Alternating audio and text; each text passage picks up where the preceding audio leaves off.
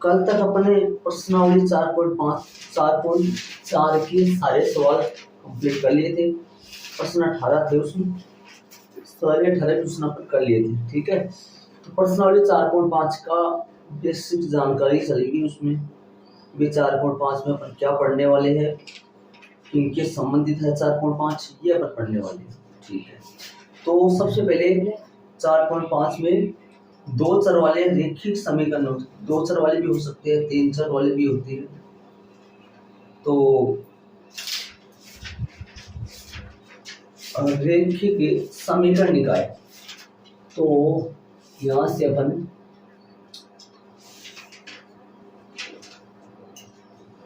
हमने पिछली कक्षाओं में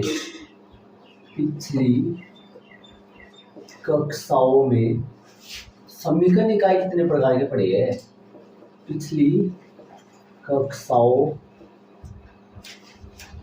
हमने पिछली कक्षाओं में समीकरण निकाय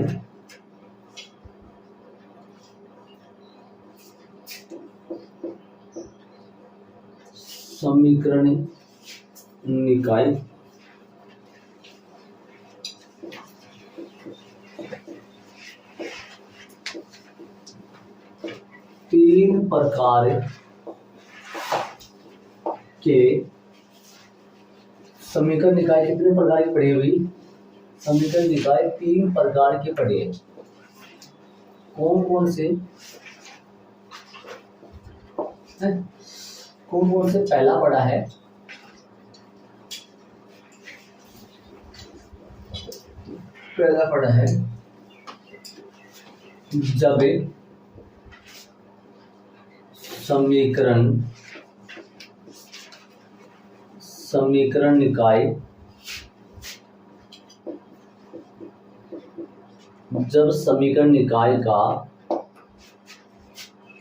जब समीकरण निकाय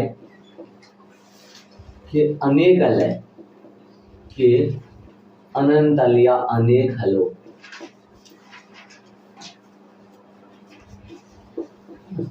जब समीकरण निकाय के अनेक हल हो, याद करो दोनों रेखाएं कैसी होती थी, संपाति में अनेक हल होते थे। यस। दूसरा है जब समीकरण निकाय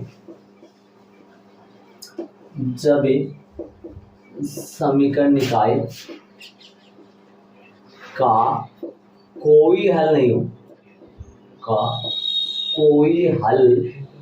नहीं हो, अर्थात जब दोनों रेखाएं कैसी होती थी, कोई हल नहीं कब होता था, जब दोनों रेखाएं समांतर हो। ठीक है। तीसरा अपन पढ़ते थे जब समीकरण निकाय का कैसा हल होता था, याद करो कुछ लास्ट हल होता था अद्वितीय हल, और इसी को ज्यादा फोकस करते थे अपन वहां, अद्वितीय हल। तो ये वाली बातें अपन जरा पीछे वाली क्लास में तो जरा नहीं पढ़े थे, लेकिन उससे पीछे वाली क्लास में आप पढ़े थे 10th क्लास में। जब समीकरण निकाय का अद्वितीय हल हो, जब समीकरण निकाय का अद्वितीय हल हो, और इसी को अपन पढ़ने वाले हैं। इसी अद्वितीय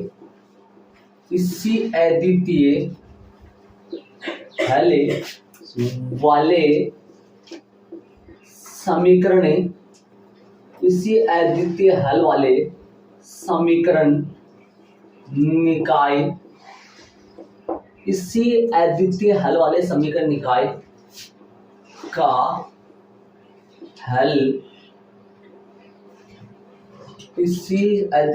वाले समीकरण निकाय का हल,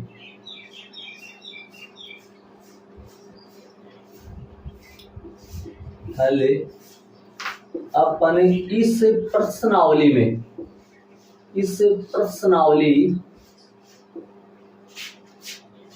में आयु के व्युत्क्रम की मदद से निकालेंगे।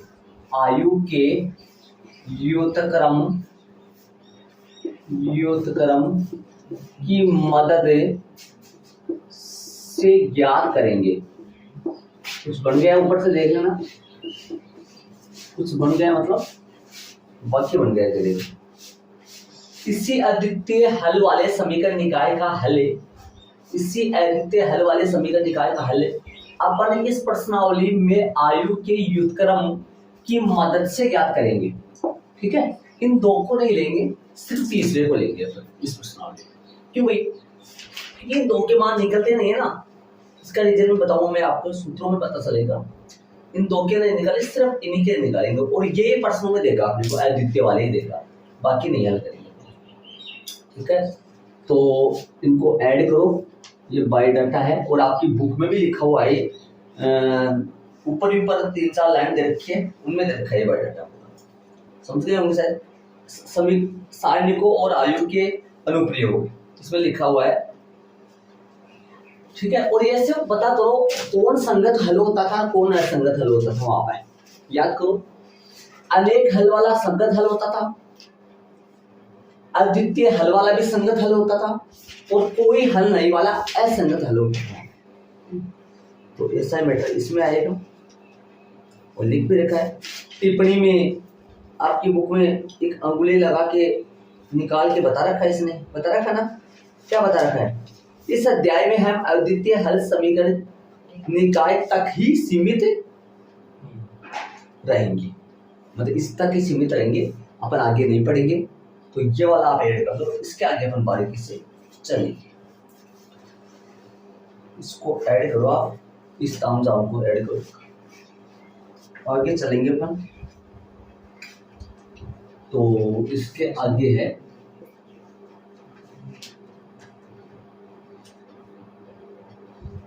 दो चर वाले भी हो सकते हैं, 3 चर वाले भी हो सकते हैं, एक्स वाई जेड। यदि समीकरण निकाय, यदि दिए गए समीकरण निकाय, इसे लिख दो समीकरण निकाय।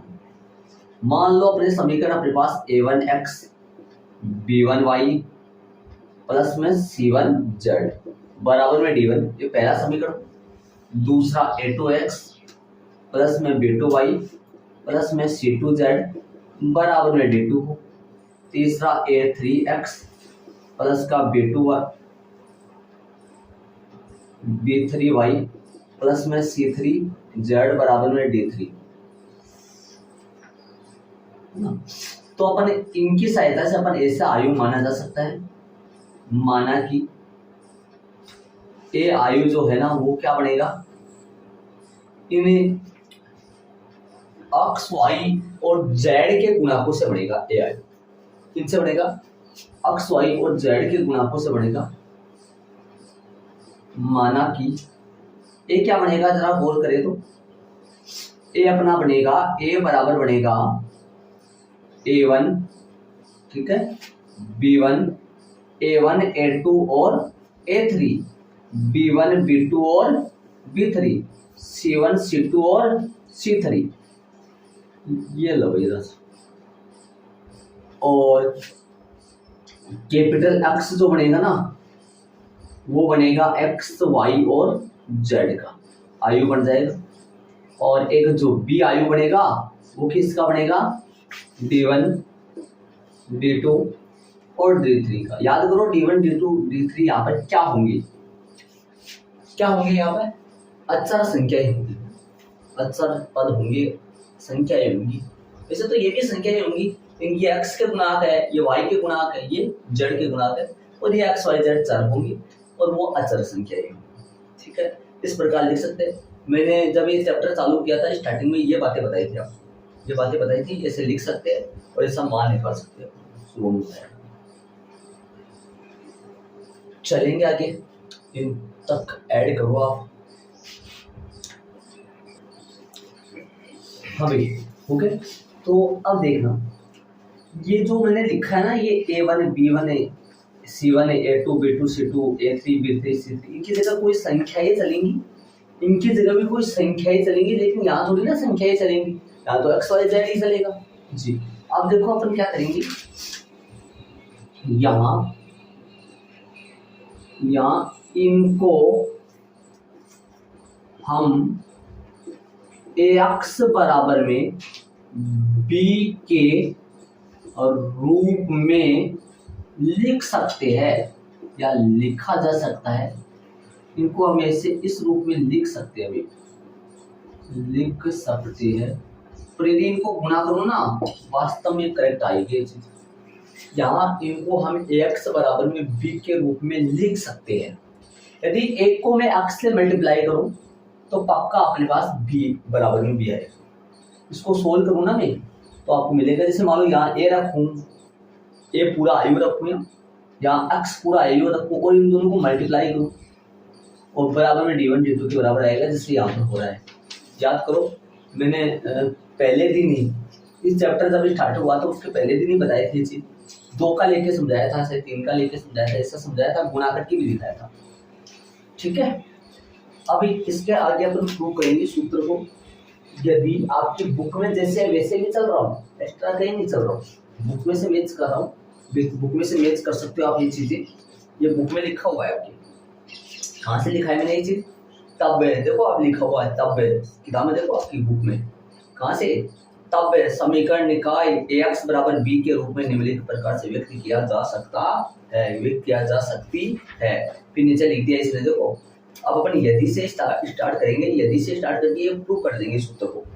ठीक है, तो इसके आगे आप नोट लगा के, ठीक है, नोट लगा के यहाँ से, यदि थोड़ा स्पेस देखिए, यदि a एक कैसा हो व्युत्क्रमणीय आयु, a एक कैसा हो व्युत्क्रमणीय आयु, अर्थात व्युत्क्रमणीय का मतलब जानते हो आप, ये व्युत्क्रमणीय का मतलब क्या होता है, ए का क्या किसका अस्तित्व हो, मतलब ए व्युत्क्रमणीय होता है, ए का व्युत्क्रम का होना चाहिए, मतलब है क्या लिख देंगे इस चीज को, अर्थात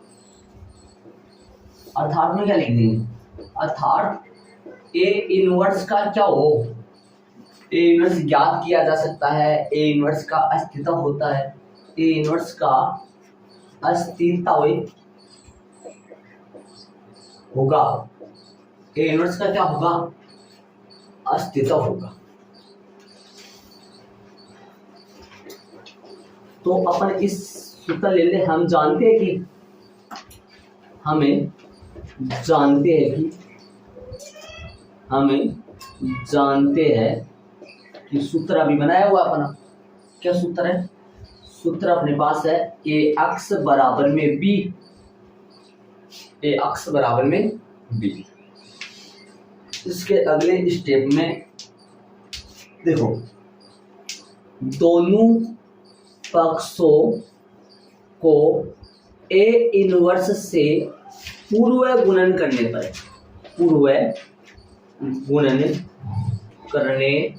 पूर्व गुणन याद रहे, उत्तर गुणन नहीं, पूर्व गुणन। उन सवालों में पीछे वाले जो सवाल थे ना, याद करो, उसमें अपन लास्ट में इसकी सहायता से ए इनवर्स याद करो, प्रश्न नंबर 15 था, प्रश्न नंबर 16 था और उदाहरण भी था, उसकी सहायता से अपन वहां पर दोनों पक्षों को किससे मल्टीप्लाई करते थे, याद करो, ए इनवर्स से। ए इनवर्स अपन कहाँ लगाते थे, याद करो, ए इनवर्स लगाते थे अपन लास्ट में, क्योंकि शुरू में याद करो वो 5a ऐसे आ जाता था, 5a स्क्वायर 7a, तो ये संख्या आ जाती थी शुरू में, तो अपन ए इनवर्स कहाँ लगाते थे, आखिर में लगाते थे, लास्ट में लगाते थे। इस चीज को बोलते हैं उत्तर गुणन करने पर। क्यों, क्योंकि शुरू में 5 से 7 था, यहाँ पर पूर्व गुणन करेंगे, पूर्व गुणन का मतलब पहले करेंगे, क्योंकि दिमाग लगाने की कोशिश करना, अपने को एक के पास में ए इनवर्स चाहिए। देखो, यदि ax बराबर में b है, इसका पूर्व गुणन करने का मतलब ये हुआ कि भाई पहले गुणा लगाओ a इनवर्स ax बराबर में a इनवर्स b, ऐसे गुणा करोगे आप दोनों पक्षों को, और उत्तर गुणा करोगे तो ax से a इनवर्स लास्ट में लगाना पड़ेगा और b a इनवर्स। देखो इनमें फर्क होता है आयु में, ये कुछ अलग आएगा, ये कुछ अलग आएगा और ये भी ऐसे अलग अलग है, लेकिन अपने को क्या करना है, इन दोनों को पास रखना है, ताकि यहाँ से क्या मिल जाए, रिजल्ट में अपने को आई मिल जाए। इसलिए अपने को इसको पूर्व गुणन करना है, ताकि एक के पास में ए इनवर्स आता है। आपकी बुक में लिखा हुआ है ये चीज, देख सकते हो आप, हाँ बुक में लिखा हुआ है। जैसे मान लो बुक के अनुसार मैं आपको बताते जा रहा हूँ ताकि आपको ऐसी दिक्कत नहीं हो भाई कहाँ से कहाँ क्या लिखा रहा हूँ। जैसे आपको फिजिक्स केमिस्ट्री की बात करें, कोई भी सर आते हैं बुक नहीं उठाते हैं और उसमें खींचने लग जाते हैं ना, ये बार होता है ऐसा, कहाँ से लिखा रहा है पता नहीं चल रहा। कहीं कहीं तो बुक के अनुसार पढ़ाते हैं, कहीं कहीं वैसे ले लेते, पता नहीं चलता भाई कहाँ से क्या आ रहा है। तो बताओ गुणा करें इसको, अगली स्टेप में यहाँ पर लिख रहा हूँ मैं, तो गुणा करेंगे तो क्या आएगा अपने पास, एक के पास में ए इनवर्स, तो क्या लिख दूंगा इस चीज को, ए इनवर्स ए, और अक्स बराबर में क्या आएगा, ए इनवर्स बी। करो भाई, यहां से रिजल्ट में क्या मिलेगा बताओ, आई अक्स बराबर में ए इनवर्स बी। अब रीजन कहाँ लिखूं मैं, यहाँ चूंकि मैं लगाओ आप, मेरे पास जगह नहीं है, क्या लगाओगे, यूं लगा रहा हूं मैं, बताओ क्या लगाऊंगा यहाँ लगा दूंगा ए इनवर्स ए बराबर में आई होता है, ये चीज आप वहां जाके लगाओगे, समझ गए होंगे सर। अब यदि आई को अक्स से मल्टीप्लाई करूंगा तो अक्स ही आएगा अपने पास, अक्स बराबर क्या आ गया, ए इनवर्स बी। ये आयु की एक समीकरण आ गई, और इसी समीकरणों से अपन, इस समीकरण से अपन आयु की समीकरण आ गई है, और इस समीकरण की मदद से अपन दिए गए समीकरण निकाल के हल ज्ञात करेंगे, एक्स वाई जेड के मान ज्ञात करेंगे। इसी समीकरण की मदद से, इसी आयु समीकरण से दिए गए समीकरण निकाल का हल ज्ञात करेंगे। इसी आयु समीकरण, इसी आयु समीकरण की मदद से हम दिए गए समीकरण निकाय के हल ज्ञात करेंगे, अपन हल ज्ञात करेंगे। और ये एक सूत्र ही अपन पूरी प्रश्नावली में यूज करेंगे सर, एक ही फॉर्मूला यूज करेंगे। इसी आयु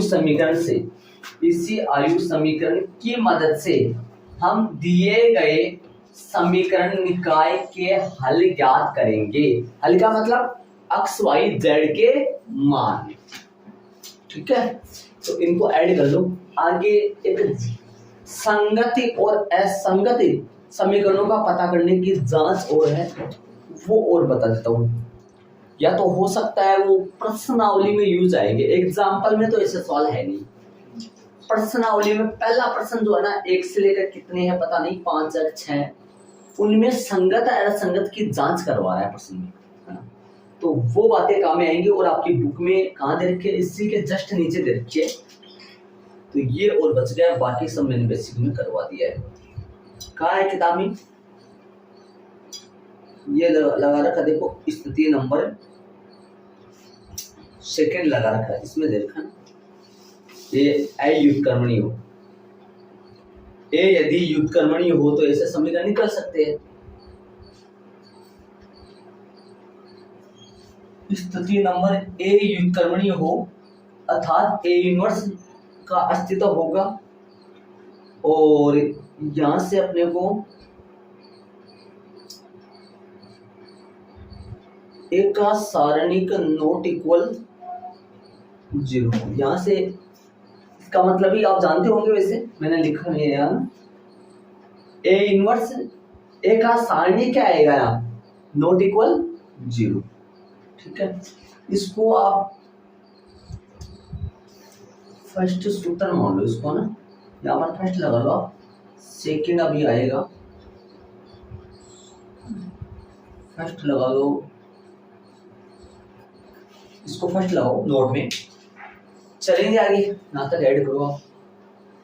एक का सारणिक जो है मैंने वो हटा दिया है, ये टॉपिक है चलिए समीकरण निकाय का हल संगत या असंगत होने की जांच। ये जो संगत और असंगत की जो जांच करेंगे अपन, ये प्रश्न नंबर 1 से लेकर 6 तक अभी।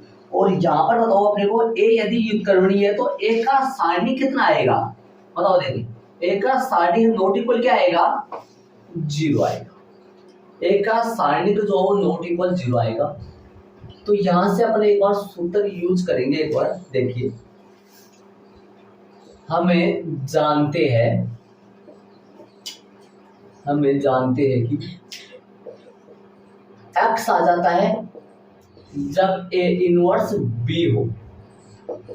अक्स बराबर है x आयु आ जाएगा जब a का इनवर्स को किससे गुणा कर देंगे अपन, 20 से गुणा कर देंगे। ये फॉर्मूला जस्ट अभी अपन निकाले थे। लेकिन ये फॉर्मूला कभी आता है, ये फॉर्मूला कभी ही यूज कर सकते हैं अपन जब a कैसा हो, व्युत्क्रमणीय हो। a व्युत्क्रमणीय हो अर्थात a का सारणिक का मान कितना आए, नॉट इक्वल 0 आए। अब यहां से अपने को अक्स वैसा का वैसा a इनवर्स का सूत्र लिख दो। आप a इनवर्स का सूत्र क्या आता है जरा बात करो तो। सूत्र आपको पता है, पीछे वाले एक्सरसाइज में अपन सूत्र बता के देते a इनवर्स का सूत्र, तो वो सूत्र लगा देंगे अपन। कितना, कौन सा सूत्र आएगा, a इनवर्स का फॉर्मूला लगा दो। क्या होता है, 1/a का सारणिक और इनटू में एडजॉइंट ऑफ a, ठीक है, और डॉट b। मैंने क्या रख दिया यहाँ, चूंकि a इनवर्स का जो फॉर्मूला होता है वो क्या होता है, 1/a का सारणिक और इनटू में एडजॉइंट ऑफ a। ये अपने पास मैंने फॉर्मूला यहाँ यूज कर लिया है। अगले वाली स्टेप जो है वो क्या आने वाली है, देखिए x आ जाएगा जब एडजॉइंट ऑफ a, इनटू में क्या आएगा b, बटा में क्या आएगा a का सारणिक। ये अपने को रिजल्ट मिला। ये सही है गलत नहीं है, मैं थोड़ा सा ऊपर किस कर रहा हूँ इसको ताकि मेरे को जगह मिल सके, और इसको बॉक्स बना के बॉक्स में फिट कर दो इसको। ये अपना अक्स का कुछ मतलब संबंध प्राप्त हो गया। इस संबंध की सहायता से अपन जांच करेंगे। अब बताओ, फर्स्ट वाला ले, नोट लगा के नोट में फर्स्ट वाला ले। देखो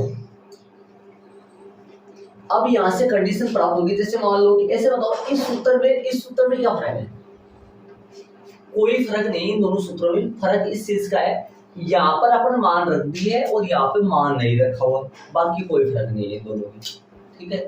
अब a व्युत्क्रमणीय हो, ये कब तो 0 बन सकता है, कब 0 नहीं बन सकता है, ये आपको बताना पड़ेगा। a का सारणिक कब बन सकता है 0 और कब 0 नहीं बन सकता, बताओ। a का जो सारणिक है वो कब 0 बन सकता है, यदि a एक कैसा हो, व्युत्क्रमणीय हो, अर्थात क्या हो, रिजल्ट में क्या आए, a व्युत्क्रमणीय हो। मतलब क्या आएगा, यहां पर भी लिख सकता था मैं, a का सारणिक नॉट इक्वल क्या लिख सकता था, 0, है ना। तो a का सारणिक नॉट इक्वल 0 हो, ठीक है, एक का सारणिक नॉट इक्वल 0, तब अपने को प्राप्त क्या होगा, दिमाग लगाओ, तब समीकरण निकाय का संगत हल होगा, पक्का। कैसा हल होगा, संगत हल होगा। क्यों भाई, ऐसा इसलिए, ध्यान से सुनिए, यदि मैं ऊपर वाले फॉर्मूले में यूज करना चाहूं, मैं यदि अक्स बराबर यूज करना चाहूं तो बताओ यहां पर क्या आएगा, ये 0 नहीं होगा तो यहां पर कोई ना कोई क्या आएगी, संख्या, है ना। एक का सारणिक 0 नहीं होगा तो कोई ना कोई संख्या आएगा, सारणिक ही तो है। ऊपर भी क्या आएगा, इनसे गुणा होके कोई ना कोई संख्या आएगी, और इक्वल में क्या आ जाएगा, संख्या को संख्या से डिवाइड करेंगे तो इक्वल में क्या आएगा, संख्या। वास्तव में इसका मतलब ये हुआ कि संगत हल होगा और अपन हल ज्ञात कर सकते, ठीक है। और ये अद्वितीय वाला ही कंडीशन बढ़ेगा। संगत में भी 2 होते हैं, याद करो 10th क्लास में पढ़ा था आपने, संगत में भी 2 होती है। एक तो संगत होता है अद्वितीय हल वाला, और एक संगत होता है अपरिमित रूप से अनेक हल वाला। तो सेकंड वाले में चलेंगे अपन। सेकंड वाले में लिखेंगे, यदि a एक अयुत्क्रमणीय हो, एक कैसा हो, अयुत्क्रमणीय हो, ए अयुत्क्रमणीय हो, अर्थात में क्या आएगा बताओ, इसका मतलब ये हुआ कि एक का सारणिक बराबर 0 होगा, तब तो एक का सारणिक तो 0 होगा भी, एक का सारणिक 0 होगा, तब यहां से दो कंडीशन चलेंगी। अब दो कंडीशन ये चलेगी, आपकी बुक में कंडीशन चला रखी है, ये मैंने है ना रिटर्न ले लिया, देखो ये मैंने फर्स्ट नंबर लगा के रिटर्न ले लिया है, यहाँ पे मैंने सूत्र याद किया था, सूत्र प्रूफ किया है और इसको दोबारा ले लिया। तो चलिए आगे अपन यहां से दो कंडीशन चलेंगी। देखो एक का सारणिक का मान 0 नहीं हो, एक तो तब का कर लिया, अब एक का सारणिक का मान 0 हो और इसमें अपने दो चलने वाले हैं, दो कैसा चलेगा वो सुनिए, ए लगा लो इसको और इधर बी लगा दो, ठीक है, बीच में लाइन खींच दो, देखो कैसे दो चलने वाले। आपको ये तो कंफर्म हो गया कि बट्टे में तो 0 आएगा, बट्टे में तो क्या आएगा, 0 आएगा, क्योंकि ये कैसा आयु हो, मान लो ये अयुत्क्रमणीय हो, और अयुत्क्रमणीय का मतलब क्या हुआ, इसका युत्क्रम ज्ञात नहीं कर सकते, और इसका युत्क्रम ज्ञात कब नहीं कर सकते, जब ए का सारणिक का मान क्या है, 0 आई, मैंने पीछे वाले एक्सरसाइज में आपको बता दिया है। तो यदि ऊपर वाले की बात करेंगे, यदि adjoint of A into B not equal 0 हो, मान लो ये 0 नहीं हो, ये नॉट इक्वल क्या हो, 0 होने पर, 0 ये नॉट इक्वल 0 होने पर लगा लो, ये 0 होना होने पर अपने को क्या प्राप्त होगा, तब समीकरण निकाय का हल, तब समीकरण निकाय का हल, ऊपर 0 नहीं है, नीचे 0 है, तो संख्या में 0 का भाग देंगे तो अपने पास क्या आएगा, तब समीकरण निकाय का हल असंगत होगा। समीकरण निकाय का जो हल होगा वो कैसा होगा, असंगत होगा। किस लिए, क्योंकि यहां से अपना रिजल्ट ये आने वाला है, देखिए अक्ष का जो मान आएगा वो कैसा आएगा, अक्ष का मान जो आएगा, नीचे तो 0 है, ऊपर संख्या होगी, नीचे 0 ऊपर संख्या, तो इस चीज को क्या बोलोगे आप, अनंत बोलोगे, अनंत की कंडीशन में असंगत आएगा। और यदि इस तरफ करूं, यदि adjoint of A into B equal 0 होने पर, यदि इनका मान 0 हो, तभी समीकरण निकाय का हल संगत भी हो सकता है या फिर असंगत भी हो सकता है, पता ही नहीं लगा जा सकता, होगा संगत भी हो सकता है और असंगत भी हो सकता है, पता नहीं लगा सकते इस कंडीशन में, है ना। तो अपन क्या लिखेंगे, अक्ष का जो मान आएगा वो नीचे बट्टे में भी 0, ऊपर भी 0, और इस रूप को आप जानते हो कौन सा रूप होता है, इस रूप को क्या बोलते हैं, अनिर्धारीय, बताया था आपको पीछे वाली क्लास में, आपने एक कौन सा चैप्टर चलता था उसमें बताए थे 7 अनिर्धारीय रूप होते हैं, 7 होते, कौन से 7 होते हैं, हाँ ये इस पे आएगा अनिर्धारीय रूप, ठीक है, ये अनिर्धारीय रूप होता है, इसका आता पता नहीं होता है, ठीक है। तो ये सारा हिसाब किताब हो गया। मैं आपको बायोडाटा ये बता देता हूँ आपको कि यहाँ पर किस तरीके से सॉल्व करना है, अनिर्धारीय रूप, सही 0/0 बराबर में आएगा, तो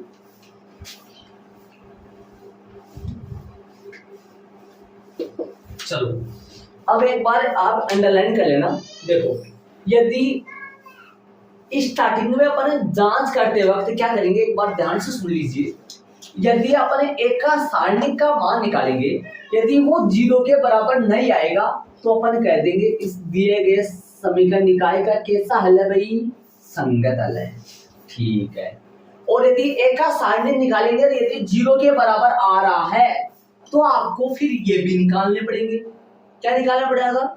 इसमें यदि स्टार्टिंग में एक का सारणी नॉट इक्वल 0 आ गया तो कह देंगे दिए गए समीकरण निकाय का कैसा हल है? संगत हल है। अब संगत हल में कौन सा बन जाएगा? ये जान दो सूत्र किससे बनाया थे अपन? अद्वितीय हल का। तो अद्वितीय हल ही होगा ये, मान निकलेगा इनसे। इधर आओ।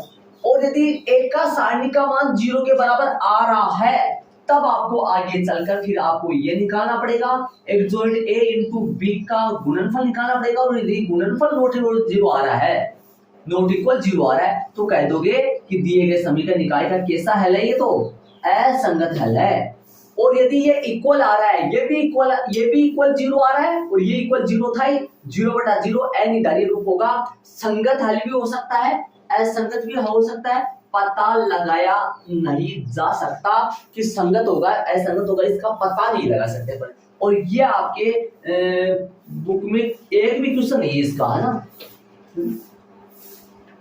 कि इस तरीके है ना, ऐसा आपके कोई भी सवाल नहीं है, कोई भी सवाल नहीं है, ऐसा आपके कोई सा भी सवाल नहीं होगा, ये आपके नहीं चलता है, मतलब ऐसा आएगा नहीं आपके, वरना तो पता नहीं लगा सकता संगत आया संगत है ना। आगे इसका और फॉर्मूला है वो आगे पढ़ोगे आप, इसका पता नहीं लगा सकते, ऐसा कोई सवाल आपके नहीं आएगा। मतलब या तो सुनो, या तो ये 0 आ जाएगा, ये तो 0 आ जाएगा, ये 0 आने के बाद में ये कभी भी 0 नहीं आएगा, ये 0 आ जाएगा तो फिर वो चला जाएगा, वो कभी होगा नहीं आपके सवाल। ठीक है, 1 से लेकर 6 तक प्रश्न है, उसमें या तो ये आएगा और ये नहीं आएगा तो ये आ जाएगा, ये आए तो लिख देना संगत हल है और ये आए तो लिख देना असंगत हल है। ये वाला आपके सवालों में नहीं आएगा, इसमें पता नहीं लगा सकते कि संगत है या फिर असंगत है। ठीक है, चलेंगे आगे अपन। अब अपना बेसिक सारा हो गया, एग्जाम्पल चलेंगे। उदाहरण नंबर 3 एग्जाम्पल है, कहां से कहां तक है वो देखते। शायद पीछे एग्जाम्पल हो गए थे, कितने उदाहरण कितने हो गए थे पीछे एक्सरसाइज में मैं बता दूं आपको, तो कोई दिक्कत होगा शायद आपको, तो कितना है पता नहीं, आपकी तो बुक में तो अलग चल रहा ना, तो 15 हो गए, नंबरिंग तो डलवाया था मैंने पीछे, 15 उदाहरण हो गए, सही बात है 15 हो गए। तो इस एक्सरसाइज में, इस प्रश्नावली में, प्रश्नावली के पहले उदाहरण है कितने, 15 हो गए, तो 16 ये क्या कर दिया, 15 के बाद में ऐसे कैसे दे दिया, 15 के बाद में 16 क्यों नहीं दिया नंबरिंग में, दिया है 16, 17 और 18, 3 एग्जाम्पल भाई, 16 से लेकर 18 तक 3 उदाहरण है। तो 3 उदाहरण अपन करेंगे, इनको आप ऐड कर लो। उदाहरण नंबर 16 से 18 3 एग्जाम्पल है। उदाहरण नंबर 16 में प्रश्न क्या कह रहा है, प्रश्न सुनिए एक बार 16 का। निम्नलिखित समीकरण निकाय को हल कीजिए, हल कीजिए और हल निकलेंगे इसका। अर्थात यदि अपन ग्राफ बनाए, कक्षा 10 में फिर से चलना तो नहीं है लेकिन मैं बता रहा हूँ, चलो वो तो कहा है, ग्राफ बनाए इनका, याद करो ग्राफ बनाए ना, तो ग्राफ कैसे आने वाला, पक्का प्रतिशत आएगा, उत्तर निकलेंगे इसका। प्रतिस्थापन विधि, विलोपन विधि, वज्र गुणन विधि याद करो, करते थे ना आप, और इनका आंसर वैसे निकालो ना तो निकल जाएगा। नॉर्मल निकालो, अक्स का मान निकालो, 2 मिनट में आंसर आ जाएगा इसका। यहाँ से देखो अक्स का मान निकालो, यहाँ से इसका मान क्या आएगा, यहाँ आएगा 1 माइनस का 5y अपॉन में क्या आएगा 2। ये मान पुट करो इसके अंदर, ये मान इसके अंदर पुट करो, 3 का 3 अक्स की जगह पुट कर दो, प्लस में 2y बराबर में 7, यहाँ पे पुट कर दो, कौन है 1 माइनस में 5y अपॉन में 2 आ जाएगा। इसको हल कर लो, यहाँ से किसका मान निकलेगा, आपको y का मान निकलेगा, आंसर करेक्ट होगा। आपकी बुक में जो आंसर है वही आएगा। कितना आएगा, 3 माइनस का 15y प्लस में 4y बट्टा में कितना आएगा, बट्टा को सप्लाई करो उधर, कितना आएगा 14 हो गया। कितना हो गया ये कितना हो गया, माइनस के कितने हो गए 11y बराबर कितना हो गया, उधर गया प्लस के 11 प्लस के 11, y का मान कितना आएगा माइनस, उत्तर में डालो, काम में आ गया y का मान माइनस 1 है। और ये y का मान यदि आप इनमें से किसी भी एक को पुट कर लो तो यहाँ से किसका मान आएगा, अक्स का। ऐसा थोड़ा ना करेंगे अपन, ये तो कर चुके हैं अपन, ऐसा करेंगे तो वैसे समझ रहे हो क्या? ये तो कक्षा 10 में करे थे अपन, ऐसा नहीं करेंगे अपन। किसकी मदद से करेंगे? आयु के व्युत्क्रम की मदद से, है ना। कौन से फॉर्मूले की मदद से करेंगे अपन? अक्स बराबर में, अक्स बराबर है ए इनवर्स इनटू बी। याद करो ए के फॉर्मूला यूज करेंगे, मैं अभी बताया था मैंने। अक्स बराबर कौन सा? ए इनवर्स बी, ये वाला फॉर्मूला यूज करेंगे। इस फॉर्मूले के लिए इसका मान चाहिए पहले, तो सबसे पहले तो उनको मान लो, माना कि ए कौन है? ए बनेगा किन से बनेगा? बताया था मैंने बेसिक में आपको। अक्स का गुणांक पहले लिखो 2 3, वाई का गुणांक बाद में लिखो 5 2, जेड का गुणांक भी लिखो यदि हो तो, लेकिन यहाँ तो जेड तो है नहीं ना, इसलिए 240 का चलेगा। अक्स क्या आएगा बताओ? अक्स क्या आएगा? Small x small y. B क्या आएगा? बी बताओ क्या आएगा? बी आएगा अचर पदों से 1 और 7, ये मैंने मान लिया। अब इनका मान कहाँ रखना है? इनमें यूज करना है। अक्स तो रख दूंगा मैं, अक्स तो क्या रख दूंगा? अक्स तो रख दूंगा भाई अक्स कोमा अक्स वाई, आयु रख दूंगा, और बी क्या रख दूंगा? बी रख दूंगा एक साथ। लेकिन इसका मान तो बताओ, किसका? ए इनवर्स का। क्या ए इनवर्स निकालना जानते हो आप? जानते? कब जाने थे? इसके पीछे है ना, मतलब पर्सनालिटी 4.4 में सीखे थे अपन ए इनवर्स निकालना, तो ए इनवर्स पहले निकालो, है ना। ए इनवर्स निकालने के लिए पहले पता करो कि ए इनवर्स का अस्तित्व तो है क्या। ए इनवर्स का अस्तित्व के लिए क्या करना पड़ेगा? ए इनवर्स का अस्तित्व कब होता है? जब ए का स्थानिक नॉट इक्वल क्या है? 0 आए। मैंने कई बार मैंने बताया कि ये सूत्र लगा सकते हैं। ये सूत्र लगाने के लिए पहले ए इनवर्स चाहिए। ए इनवर्स आए तो का क्या, निकले तो का क्या? पहले स्थानिक निकालो। ए का स्थानिक यदि 0 के बराबर नहीं आएगा तो फिर ए इनवर्स निकलेगा पक्का, ठीक है। तो क्या निकालोगे? ए का स्थानिक का मान निकालो। कितना आएगा ए का स्थानिक? ए का स्थानिक आएगा 4 माइनस में 15 इक्वल में आएगा माइनस का 11 और नॉट इक्वल 0, ये 0 के बराबर नहीं है, इसलिए क्या लिख दोगे आप? इसलिए ए इनवर्स का अस्तित्व, ए इनवर्स का अस्तित्व, ये लिखा है ना मैंने, ए इनवर्स का अस्तित्व, इसकी जगह अस्तित्व है, इसकी जगह आप क्या लिख सकते हो? इसलिए ए व्युत्क्रमणीय आयु है। व्युत्क्रमणीय आयु बोलो चाहे ए इनवर्स का अस्तित्व बोलो, एक ही बात है। इसलिए ए इनवर्स का अस्तित्व है। निकालो भाई ए इनवर्स। क्या ए इनवर्स निकाल सकते हो आप डायरेक्ट? ए इनवर्स बराबर क्या आएगा? ए इनवर्स का भी फॉर्मूला होता है, अपन पीछे पढ़े थे, क्या होता है? ए इनवर्स बराबर में क्या होता है फॉर्मूला? ए इनवर्स बराबर में 1/a का सानिक और इनटू में एक्सोल्ट ऑफ ए। 1/a का सानिक और इनटू में एक्सोल्ट ऑफ ए। मान फेंको और ए इनवर्स पाओ। ए का सानिक कितना है? माइनस में 11, एक्सोल्ट ऑफ ए बताओ, एक्सोल्ट ऑफ ए कितना है? करे एक्सोल्ट ओ ए, जो एक्सोल्ट ए है वो शॉर्ट तरीके से अपन निकाल सकते हैं। शॉर्ट तरीका जानते हैं एक्सोल्ट ए निकालने का, शॉर्ट तरीका आपको सिखा हुआ है आपका। कितना आएगा देखो, कैसे चेंज करो कर दो, हम तो समझ ही है पता ही नहीं करेगा, चेंज भी करेगा, ऐसा ही करना पड़ेगा। क्या करेगी? फाइव क्या है भाई? ये तो यहाँ है, ये तो यहाँ है, ठीक है। और ये वाला -5 और ये -3, ठीक है। एक लाइन और लिख दूं क्या? माइनस को कर दूं तितर भीतर या रहने दूं? सूत्र ये लगाने वाले अपन पढ़े ना, दोबारा में देख लेंगे क्या दिक्कत है। अब लगा लो, हम जानते हैं कि सूत्र लगा लो, हम जानते हैं कि, और हम जानते हैं लगा के और खींच दो काम को। हमें थोड़ा सा अलग पार्ट चल गया। इस सवाल को देखा जाए तो 3 पार्टों में डिवाइड करो, मतलब कितने। सबसे पहले क्या किया? सबसे पहले प्रश्न में से देख के क्या लिख दिया? दिए गए समीकरण निकाल। फिर ये माना कि कर लिया। ये किस लिए कर रहा हूँ? ये वाली, ये ए सानी कहां से कैसे निकाल, क्यों निकाल रहा हूँ? ए का सानी क्यों निकाल रहा हूँ? ताकि मेरे को ए इनवर्स मिल जाए। और ए इनवर्स क्यों निकाल रहा हूँ? ए इनवर्स क्यों निकाल रहा हूँ? ताकि मैं सूत्र में मान रख सकूं। अब अलग टाइप चलेगा थोड़ा सा, मतलब ये अलग है, ये निकाल लिया अपन, निकाल के ये तैयार कर लिया। ये मतलब ये जो है ना, ये मसाला तैयार कर लिया, ये उसमें डालना है ना। हम जानते हैं कि क्या जानते हो आप? फॉर्मूला जानते हो? कौन सा फॉर्मूला? जो अभी बताया था मैंने वो क्या है? अक्स बराबर क्या आएगा? A inverse into B. मान रखो अक्स मतलब, अक्स का मतलब कौन है? X comma Y. A inverse का मतलब कौन है? ए इनवर्स पुट कर दो, निकाला हुआ था, कितना आएगा?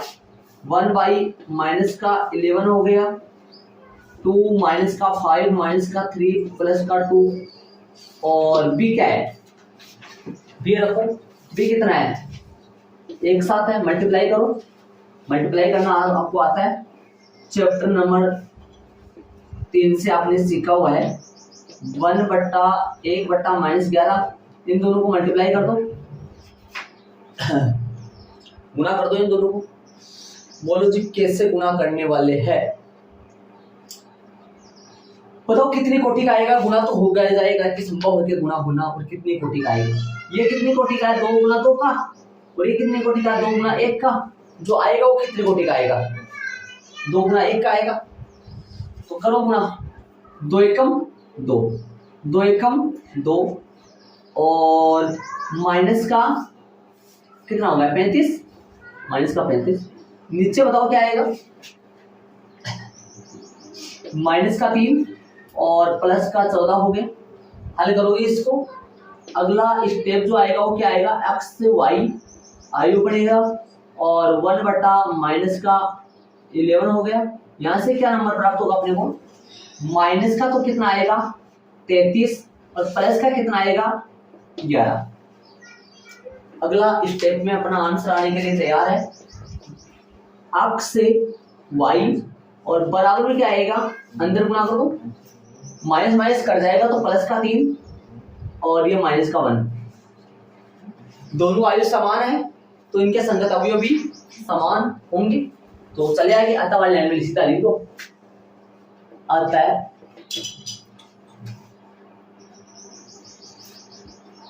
अतः दिए गए समीकरण निकाय का हल, सीधा हल लिख दो। अतः हल लगा के ऐसे लिख दो सीधा। समीकरण निकाय का हल कोष्टक में x बराबर तो कितना आएगा? 3। एक बार यहां से एक लाइन और लिखोगे तो सही रहेगा ना, है ना? x बराबर तो कितना आया? 3, और y बराबर कितना आया? -1। एक लाइन यहाँ लिखो, x बराबर 3, y बराबर -1। फिर लिखो x बराबर 3 तथा y बराबर कितना आएगा? -1।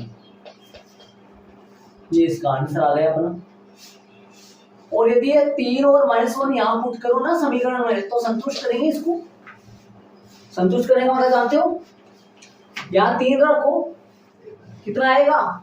3 दूनी 6। यहाँ रखो -1, माइनस का 5, 6 - 5 1 बराबर 1। तो ये दोनों समीकरणों को संतुष्ट करेंगे पक्का 100%। तो यह हो गया इस तरीके का प्रश्न है।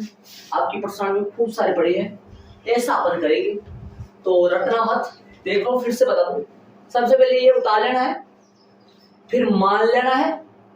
ए कैसे मानोगे? ध्यान दे, ए अक्स का यहाँ लिख दो आएगा। कैपिटल एक्स किन का मानोगे? X Y.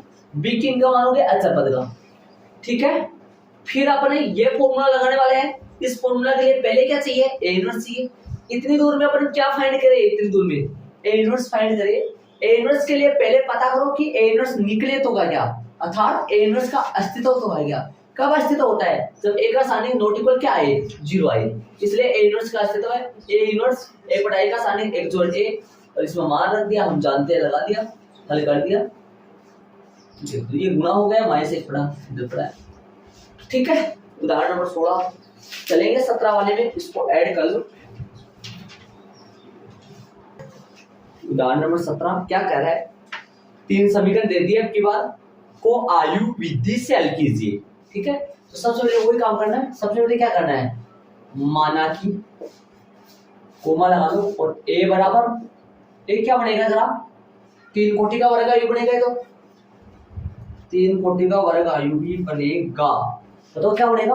3 2, पहले 3 आएगा, 2 4, -2 1 प्लस का 1, देखो ध्यान से 3 2 4 -2 प्लस का 1 माइनस का 3 और प्लस का 3 माइनस का 1 और प्लस का 2, ये ए बन गया। अक्ष क्या बनेगा जरा, अक्ष वाई जेड, तथा बी क्या बनेगा, बी बनेगा 8 1 4, ये बी बनेगा। चलिए आगे, ये मैंने लिख दिया है।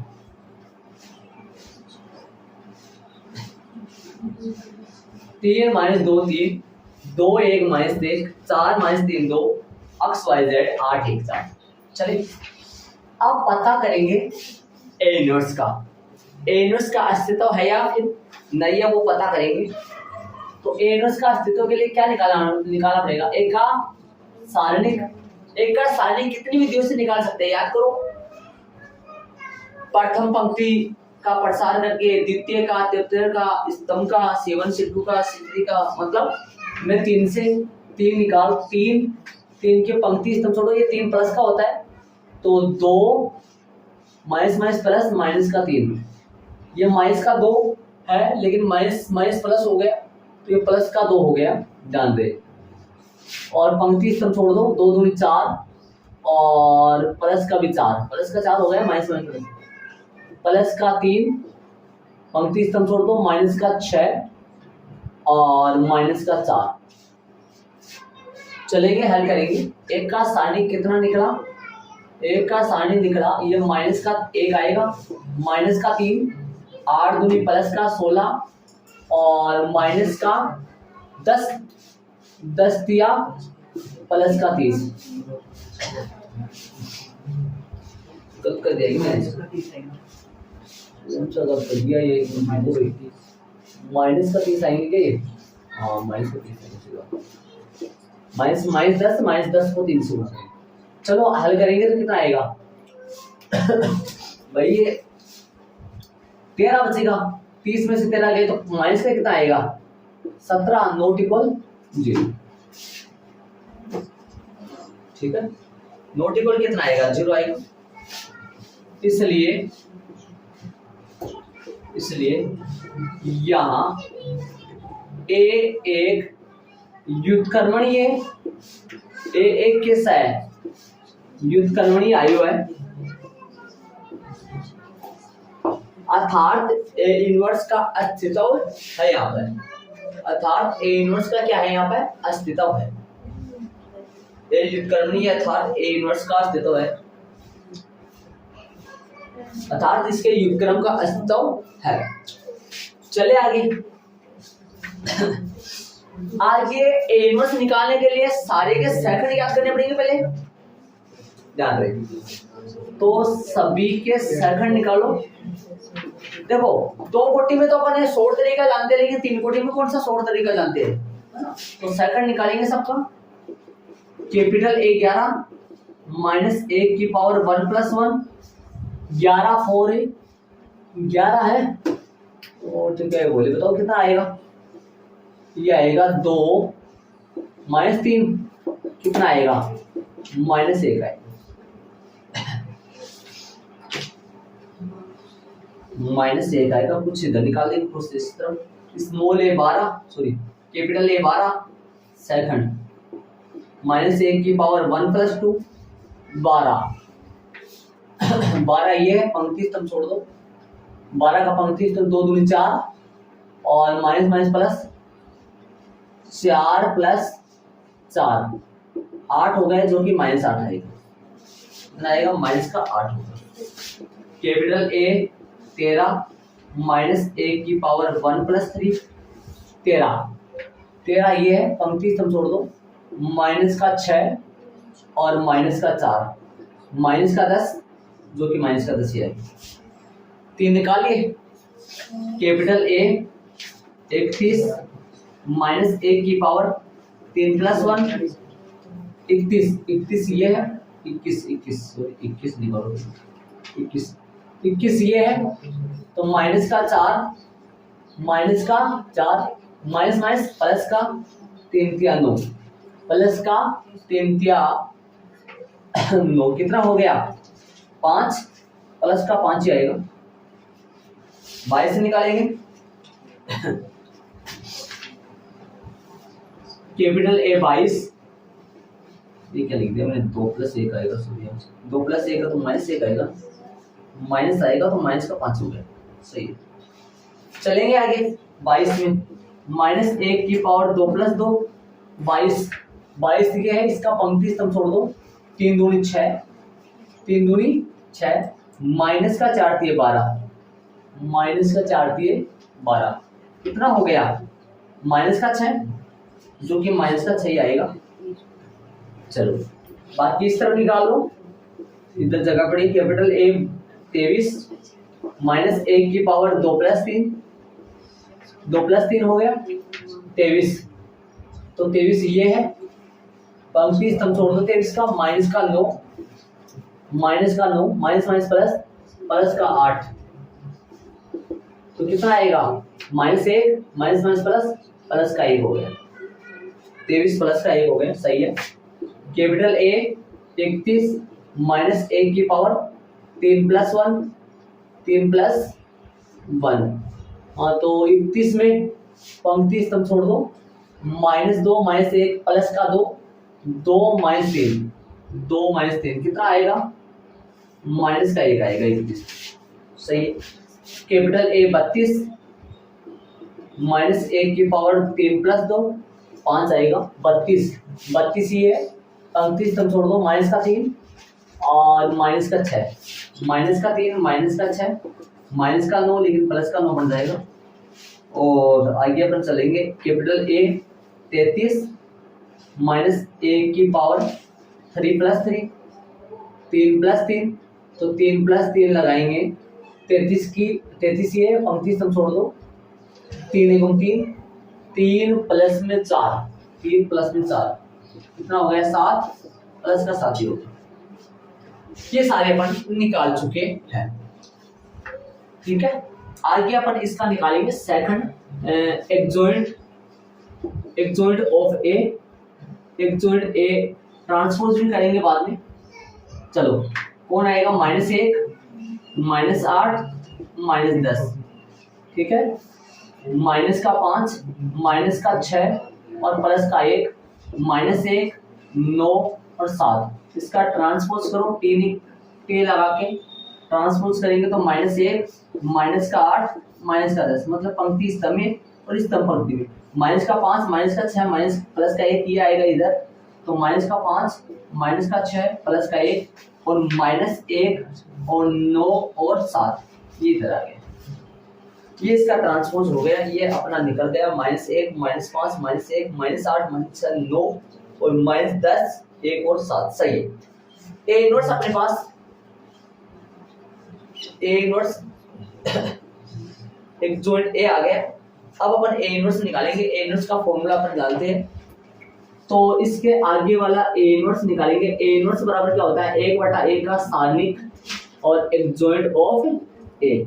1/a का सारणिक कितना है अपने पास a का सारणिक माइनस में कितना है 17 और एक जॉइंट a माइनस का 1 सेम लिख दो -1 माइनस का 5 माइनस का 1 माइनस का 8 माइनस का 6 प्लस का 9 माइनस का 10 प्लस का 1 प्लस का 1 प्लस का 7 ये अपने पास आ चुका है। इसको ऐसा ही रखना माइनस से गुणा आगे अपन देख लेंगे जैसे पीछे वाले ने देखा था वैसे। चले हो गया अपने पास ए इनवर्स आ चुका है -1 -5 सेम आ गया। चलेंगे अब अपना लास्ट वाला फॉर्मूला लगा लो जो अपन पीछे वाले सवाल में लगाए थे। पीछे वाला सवाल ये बड़ा कैसे हो रहा है इतना बड़ा क्यों हुआ इतना बड़ा इसलिए हुआ है क्योंकि इसमें सेकंड निकालने पड़े। उसमें शॉर्ट तरीका आप जानते हैं किसका एक जॉइंट ए निकालने का। इसमें थोड़ा सा शॉर्ट तरीका होता है इसका तो सबको सेकंड निकालो सारे। चलेंगे आगे अपन तो ऊपर करेंगे। अब हम जानते हैं कि हमें जानते हैं कि क्या जानते हैं हम फॉर्मूला जानते हैं कौन सा अक्स बराबर क्या आता है ए इनवर्स इनटू बी मान रख दो और निकाल दो फटाफट। अक्स कौन है यहाँ अक्स का एक्स ही चलते जाओ लास्ट में लिख देना इतना बड़ा लिखोगे। ए इनवर्स कौन है? ए इनवर्स है 1/- (17) हो गया, और ए इनवर्स लिख रहा हूँ -1 -5 -1 और -8 -6 और +9 और नीचे है -10 1 और 7। ये अपने पास आ गया ए इनवर्स। बी का मान रखिए, बी कौन है? बी है 8 1 4, ये बी है। अब अपन गुणा करना बाकी है, गुणा अपन कर देंगे। अक्स बराबर ये ए इनवर्स लगाया इतना, ए इनवर्स ये अपने पास आया 1/-17 और -1 -5 -1 -8 -6 9 -10 1 और 7। एक किसकी कॉपी की जाने टेस्ट में वो बंदा ऐसे माइनस लगाता है, बहुत बारीक, इतनी बारीक माइनस लगाता है, इतना बारीक लगाता है, कई जगह तो बिंदु सी लगती है वो। थोड़ा गौर करके देखिए तो भाई बिंदु तो कैसे आएगा, या माइनस से आएगा, तब पता चलता है वास्तव में माइनस है। बहुत बारीक लिखता है, उसको चेतावनी दे रहा हूँ, सही लिखे वरना बोर्ड के एग्जाम में नंबर कटेंगे उस चीज के। माइनस का 1/17, बताओ ये गुना करो, कितनी कोटि का आएगा? 3 गुना 1 का आएगा, -8 है ना, और -5 और -4। हिसाब किताब माइनस का आता है सारा, राइट बात है। -8 को +8 से, -64, -7 को +1 से, -6 9 चौके +36, -10 8 -80, 1 को 1 से +1 और 7 चौक 28। ठीक है, तो अपने पास लास्ट वाली स्टेप में अक्ष की जगह क्या लिख दूं मैं? अक्ष की जगह लिख दूं x y और z और -1/17। और यहां से क्या मिला अपने को, इनको सोल्व कर लो, क्या क्या मिलेगा यहां से सोल्व करो इनको, बताओ भाई। 13 और कितना हो गया? -17 और ये कितना हो गया? +30 बचेगा, -64 +30 माइनस करोगे तो 4 और माइनस का कितना आएगा? 34। नीचे वाले में कितना आएगा? नीचे वाले में 29 हो गया। 80 में से 29 घटाओगे तो 10 में से 51 होगा। किसका? प्लस का, माइनस का। सो माइनस का लिख देंगे। अब अलग हल करेंगे x y z। अगली स्टेप में क्या आ जाएगा? 17 को अंदर भेजो, प्लस का 1, 17 दूनी 34, 17 3 अजब हुआ, गजब हुआ। देखो 1 2 3 माइनस माइनस कट गया है। क्या मिला? x बराबर 1, y बराबर 2, z बराबर 2 को गुणे लगा के लिखना। अतः x बराबर में अतः हल जो प्राप्त हुआ दिए गए समीकरणों का हल आया, वो क्या आया? x बराबर 1, y बराबर में 2, z बराबर 3। ये अपना आंसर आ गया। इसको ब्रैकेट में दे दो और 2 को सही लिखो थोड़ा। ये इसका आंसर है। प्यारा सा सुंदर सा आंसर आ गया। देख लो भाई आपके सामने उदाहरण से कितना गजब हुआ है ना। ऐसा प्रश्न खूब सारे प्रश्न है, अच्छे है, मतलब इजी है, लेकिन थोड़े बड़े हैं सवाल और थोड़ा सा माइनस प्लस का भी हिसाब से ध्यान देना पड़ता है, वरना तो फिर आगे जाके बर्बादी होगी। एक बात बता दूं, यदि 1 2 3 यहाँ पुट करूँ ना, इसको संतुष्ट करेगा। लगा के देखो जरा एक बार। यहाँ 1 लगाओ 3, यहाँ लगाओ 2, कितना होगा? 4। कितना होगा? 3 - 4। यहाँ लगाओ 3 4 9। तो बताओ भाई 8 आ गया क्या? 8 आ गया भाई।